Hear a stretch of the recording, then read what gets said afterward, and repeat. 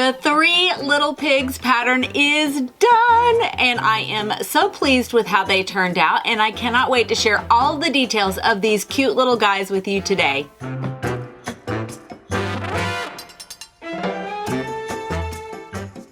Hi, I'm Elise from the blog LePetiteSaintCrochet.com, and if you don't want to sit here and listen to me ramble on about this pattern, you will find a link to my website, but also Etsy, so that you could purchase the pattern if that's all you want to do. You don't want to hear me blab on and on and on about it, and I don't blame you.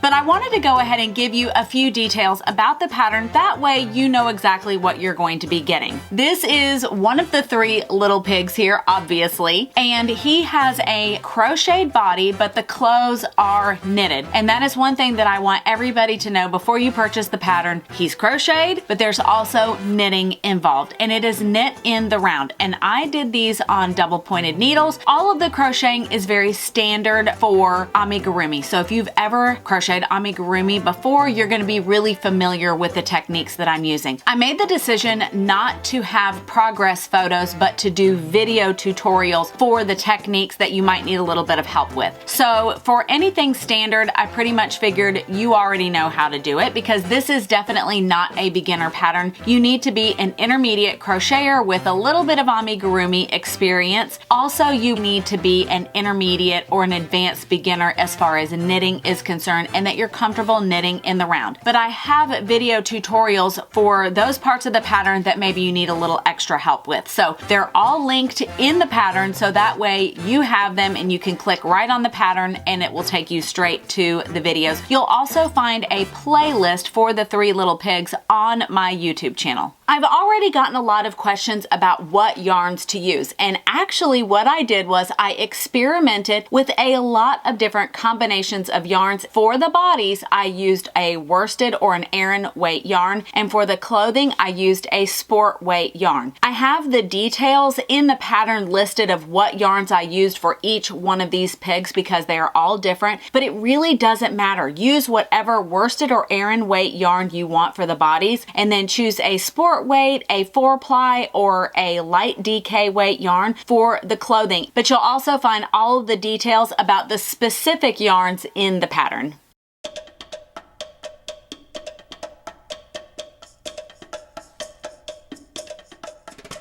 One important part of the pattern is figuring out which size double pointed needles you're going to need to knit the clothes for your little pig. Because we are going to be knitting clothes to fit the pig and not the other way around, we need to determine what size double pointed needles you need to use, because one size does not fit all. We all have our own personal tensions and we're all using different yarns. You're going to find a chart within the pattern to explain how to figure out which size double pointed needles you're going to be using. And from that starting point, you will figure out as you knit the clothes whether you need to go up a size or you need to go down a size depending on your personal tension. But you're going to find information about all of that in the pattern, but you'll also find a video explanation of it in the playlist as well. So he has this little turtleneck sweater, and then he has the little bloomers, which I think are so cute. I love that they look old-fashioned, and that was really my vision, was for these to look like little characters that stepped right out of a vintage children's book. And what I really love is adding all those little details, and that is definitely my style. I love to add those little things, like I have the little sock cuff here, and also you see the little button on the shoe, but also you'll notice with the eyes, you have little eyebrows, and there's some little detail right there underneath the eyes. But all of that is actually in the pattern, so you'll see all of those little details listed out. I don't leave you hanging on how to finish your little piggy. He also has the cutest little tail back here. It's so adorable. I just love it.